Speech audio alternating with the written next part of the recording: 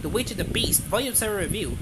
Have Ashap and Jadu reached themselves in the world of the vampires in their search for the witch Anjida had to be unmaneuvered by their contacts, disgraced vampire noble Dunward and his mage Oscar.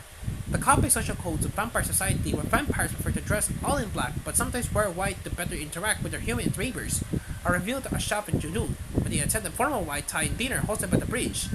He, unlike his older brother Donward, is now fallen from grace. It is only hope of gaining an audience with the Queen of the Night. Unfortunately for Judu and Ashaf, the blood of the witch, Judu, even though strictly speaking, she isn't a witch. She's the bearer of the witch's curse. This most desirable, delectable food a vampire can hope to taste, and the bridge has a reputation for enjoying human flesh as well as blood. So pretending this dinner is walking into the lion's maw, and even though they suspect treachery, it arrives in an unexpected way, placing them in mortal danger.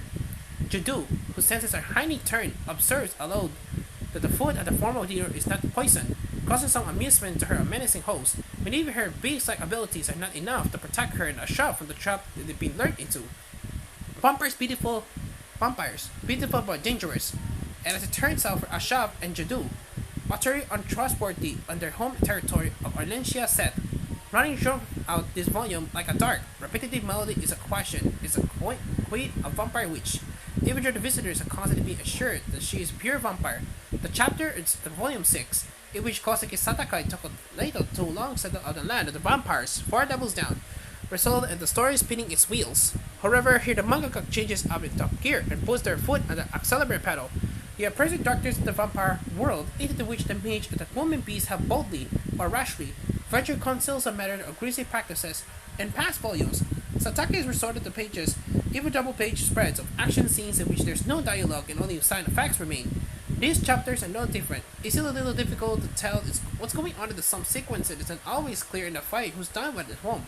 Let alone how. Nevertheless, there's a noticeable improvement of visual storytelling with some dramatically striking imagery.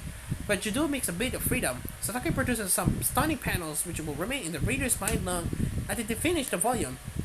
When his close-up on the feature, the protagonist locked in the battle wheels, eyes, lips, teeth, are glimpses of mumming Gothic architecture as a journey is undertaken.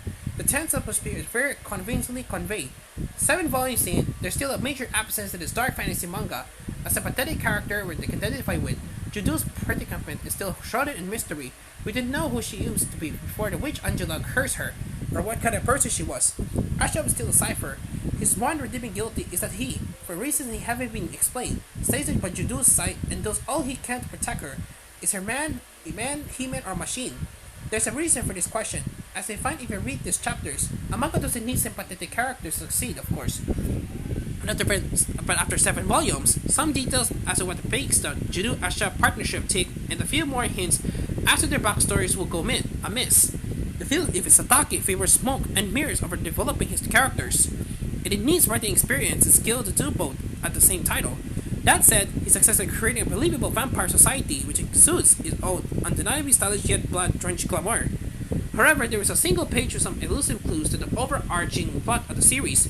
The elusive words that denote half years in a drug dream seem to be a conversation between 2 people caught in desperate predicament.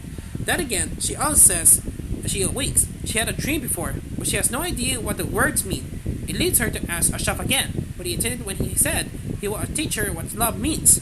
Is Ashaf waiting for her to understand for herself, or even to remember? The Witch and the Beast is still compulsively redeemable, and that's also thanks to Gavin Lee for his fluent translation for Kodansha. Voya is due out in February, so we won't have long to find out if Ashaf and Judo have been outmaneuvered once and overall by the fearsome Queen of the Night. 8/10.